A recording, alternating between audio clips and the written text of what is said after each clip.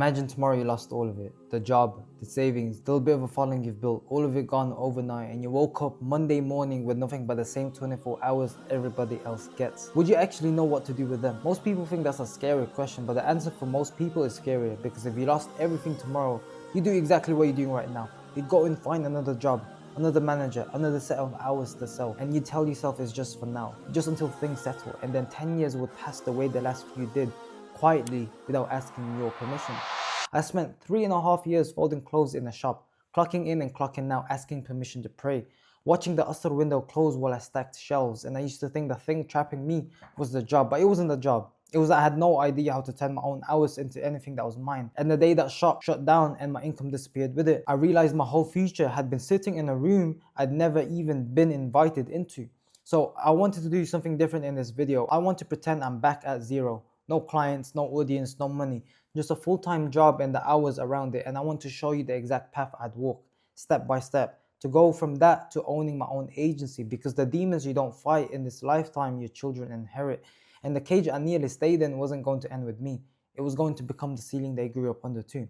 I'm going to show you the whole machine before I ask you for a single thing. So let me tell you what the week actually looks like, because I lived it and I bet you're living it right now. The alarm goes before you're ready, and there's this half a second where you're awake, but you haven't remembered your whole life yet, and then it lands. The commute, the manager, the same desk, it's the same faces. And you get up anyway because there's rent and there's family, and there's a version of you that decided a long time ago that being reliable was the same thing as being safe. And you're not lazy. That's the part nobody says out loud. You are one of the hardest working people you know. You show up, you do more than they pay you for, you carry things that aren't yours to carry, and somewhere in the back of your mind there's this quiet belief that if you just keep your head down and keep working, your time will come. Somebody will notice, the door will open, but the door doesn't open because the door was never connected to how hard you work. And you feel it most on a Sunday night, that heaviness that isn't really about Monday, it's about the maths, because part of you has already done the maths. You know roughly what you earn an hour, and you know roughly how many hours you've got left in a day. And you know that no matter how hard you push, the ceiling is already drawn. It was drawn the day you signed the contract. And here's the thing I want you to really hear. The problem was never that you didn't have a skill. You probably have several. You've got the discipline, you've got the work ethic, you can learn anything you put your mind to. The problem is you have a skill and you don't have a system. You're an incredibly capable person plugged into a machine that was built to cap you. And every ounce of that capability just makes somebody else's machine run smoother while yours never gets built at all. And then the excuses arrive right on time and they sound so reasonable. I don't have a niche. I don't even know what I'd sell. I'm not the tech person. I don't have an audience. I can't just quit. I've got responsibilities, and every one of those is true. I need you to see them for what they are. They're not reasons. They're the bars of the cage described back to you in a calm voice so you don't panic and try to bend them. Because the honest truth is, most people never leave. And it's not because leaving is impossible, it's because staying doesn't hurt enough on any single day to force the decision. It just costs you a little every day, quietly, until one morning you're a lot older and the hours are mostly gone. Now I want to reframe this exactly because I think we've been taught to think about a job as security and about time as the thing you spend to buy security, and I think that's backward. And Allah told us it was backward in one of the shortest and heaviest surahs in the whole Quran. Allah swears an oath by time itself. وَالْأَثْرِ إِنَّ الْإِنسَانَ لَفِي خُسْرٍ إِلَّا الَّذِينَ آمَنُوا وَعَمِلُوا الصَّالِحَاتِ وَتَوَاصَوْا بِالْحَقِّ وَتَوَاصَوْا بِالصَّبْرِ. By time indeed mankind is in loss, except for those who have believed and done righteous deeds and advise each other to truth and advise each other to patience. Surah Al-Asr, verses 1-3. And think about what it means that Allah swears an oath by time, because when Allah swears by something in the Quran, He's drawing your attention to something enormous. And here He swears by the one asset every single human being is hemorrhaging every second, whether they notice it or not. And then He tells us the default state of human being is loss. We are by default losing, and the only people pulled out of that loss are the ones who did something with the time before it ran out. So here's the question that changes everything. If time is the thing Allah swears by, the thing you're in loss over by default, then what exactly is a job asking you to do with it? Because a job is a contract where you agree to hand over your best hours, your most alert, most leverageable hours at a fixed price that was decided before you even walked in, and you do it 5 times a day per week for decades, and at no point does the price move no matter how good you get. I'm not saying a job is haram, don't hear that. A halal income is a mercy and there's dignity in it. I'm saying be honest about what it costs. Because the cost isn't only the money you're not making, the cost is the time. And the time is the one currency Allah swears by. The one thing that when it's gone, does not come back. And my father taught me that without meaning to. Because he was there And then when I was 14 years old, he wasn't.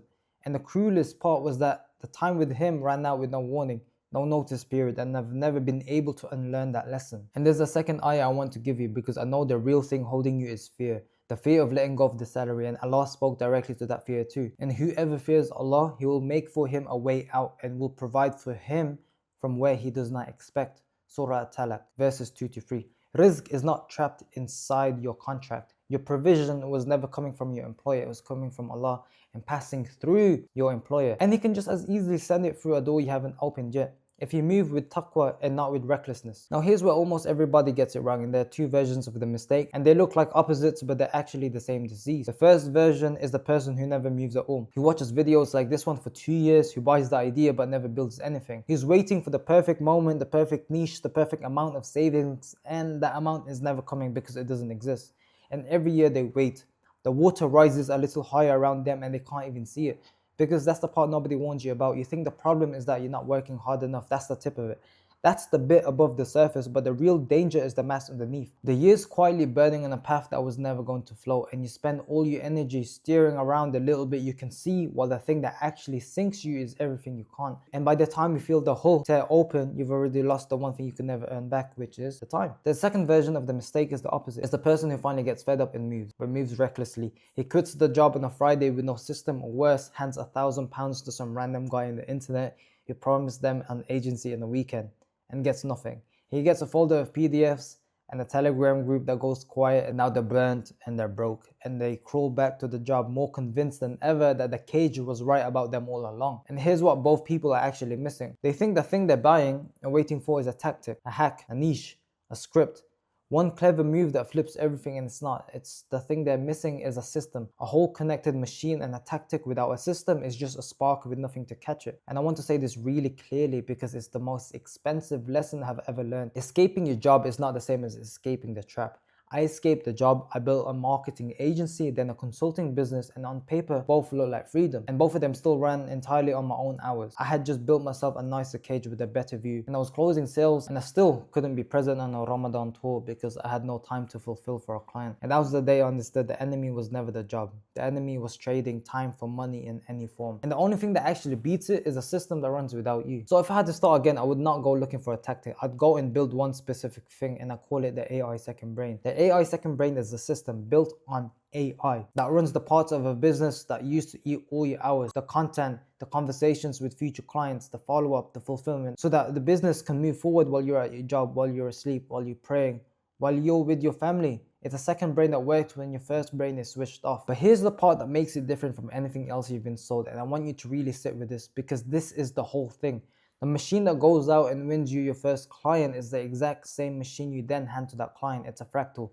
The system that gets you in the door is the system you sell once you're in. So when you build your AI second brain to get your own attention, your own conversations, your own clients, you're not just building a business, you're building the actual product. And every client you serve is just you installing the same engine you're already running. That's why the 9-to-5er has an advantage they can't see. You don't need to invent a product. You don't need years of experience in some niche. You learn the system, you use it to get clients, and then you sell them the system. Learn it, then sell it. And the same skill that does both jobs at once. You're not selling something you read in a book. You're selling the exact machine you can see working in your own life, and there's nothing more honest to sell than the thing you've already proven on yourself. So let me actually walk you through it start to finish. The exact path I'd take from a full-time job to owning my own agency, and I'm going to keep the job the whole way through. Because the job isn't the enemy while you build. The job is the runway. It's what lets you build without panic. You only leave once the new engine is carrying more than the old one. The whole thing runs in 4 stages, and then move through them in order: profile, build, calibrate, and run. Stage 1, profile. Most people start by guessing a niche. And I would never guess again, because guessing is why people quit. They pick something out of the air, they lose interest in 3 weeks and blame themselves. Instead, the first thing I'd build is my brand sheets, 5 of them. And this is where the AI second brain does something you can't do on your own. It interviews you, it pulls who you actually are, what you've lived, who you're built to serve, and what you would say to them. And it turns that into a profile the whole rest of the machine runs on. You're not inventing a fake persona, you're extracting the real one, so the niche isn't a guess anymore, it's a mirror. Stage 2, build. Now I'd build the second brain itself, and this is just 2 tools talking to each other: the Claude, the AI, and Obsidian, a place where all your knowledge lives, wired together so the AI actually knows your world instead of guessing every time. I know the second I say tools, some of these chest tightens and think I'm not the tech person. And I need you to hear me. If you can send an email, you can do this. The whole setup is guided click by click. It is genuinely the easiest part. The hard part was always the clarity, and you already did that in stage 1. Then with the second brain built, I'd construct the offer, and this is week 1 of the actual business for me. Building an offer the market actually wants, and the AI helps you shape it using a simple lens. How do I make what I sell more valuable and less painful to say yes to? More dream outcome, more belief it'll work, less time together and less effort. You don't need a clever offer. You need a clear one specific outcome for one specific person. Then I would build the content engine, because the way you get known without an audience and without spending a penny is you speak consistently to the exact person in your profile, and the AI second brain writes in your voice using proven frameworks, not generic captions. Actual structures that hold attention, a question that opens a conflict that you then answer, a story that takes someone from a hook through your backstory to the moment it clicked. And this is the machine that ends the silence, that stops you being the most capable person nobody's ever heard of. Then I would build a machine that fuels the pipeline and wire the whole funnel into one machine. So that content isn't just content, it turns strangers into conversations, and there are ways to feed it. The organic way, your personal branding, the work for free while you sleep, and the paid way, running ads once there's money to reinvest, and both pour into the same system so nothing leaks. Every person who raises their hand actually gets caught and carried forward instead of falling through the cracks. And then setting and closing. Because a conversation is not a client, and this is a step most people are scared of, and it's actually the most learnable. There's a simple 4-step way to run a conversation where instead of you convincing anyone, you help them say it themselves. You get them to name the real problem, what it's costing them to live with, what's actually causing it, how long it's been going on for, and then a 9-stage structure for the actual call, so you never freeze, you never chase, you never beg. You just ask better questions than anyone's ever asked them. Stage 3, calibrate. And this is the part I could not have imagined when I started, because you now take the full command system, the AI command that runs every one of these steps for you, and you tune them to your brand sheets, to your voice, your offer, your world, so the machines stop being generic and start being yours. And this is where the hours actually start coming back, because a task that used to take a whole evening now takes 1 instruction. Stage 4, run. The whole point of it all. The engine runs, the content goes out, conversations come in, calls get booked, clients get served, and it's happening whether you're at your desk job or on the floor in sujood. Now you have the proof in your own life, and you've done it for yourself, which means you can now do it for a client. And that client is your agency. You install the same second brain into their business, and they pay you for the time it gives them back. And that's the whole loop. That's an agency. Learn it, use it, sell it. And notice what happened. At no point did you have to gamble the salary. You build the whole engine on the runway of the job, and you only step off when the engine is flying on its own. That's not reckless, that's taqwa with a plan. Now, I have to be honest with you about why I do any of this, because if the whole point was just more money, I wouldn't be making this video, I would have kept it for myself. When people ask me why they should trust this, why me, the answer isn't AI. The AI is just a tool. Tools are everywhere. The answer is what the tool is for, because when Allah finally gave me my time back, the question in my chest stopped being who owns my time and became a heavier one. What is the time even for? And the answer I landed on was that it was never meant to be just mine. I grew up in a tiny room with my mom, my brother and my grandma, the kind of hungry where you learn not to ask. So when I sat with refugees who lit up over a coffee with sugar, I wasn't just looking at strangers, bro. I was looking at my own family, and I realized the money and the time this work gives back aren't the prize. They're the fuel. They're what lets a Muslim actually show up for the ummah instead of only feeling bad about it. And this is why the deen has to be in the machine and not bolted on after. The Prophet ﷺ said the truthful, trustworthy merchant is with the prophets, the truthful and the martyrs. And notice he didn't say the rich merchant. He said the truthful and trustworthy ones. The goal was never just growth. The goal was barakah and growth together. And a system built on honesty, selling something you've genuinely proven, serving people properly, that's not a marketing tactic, that's the actual condition for the wealth to mean anything at all. So when I say start your own agency, I'm not selling you an escape from work. Work is good.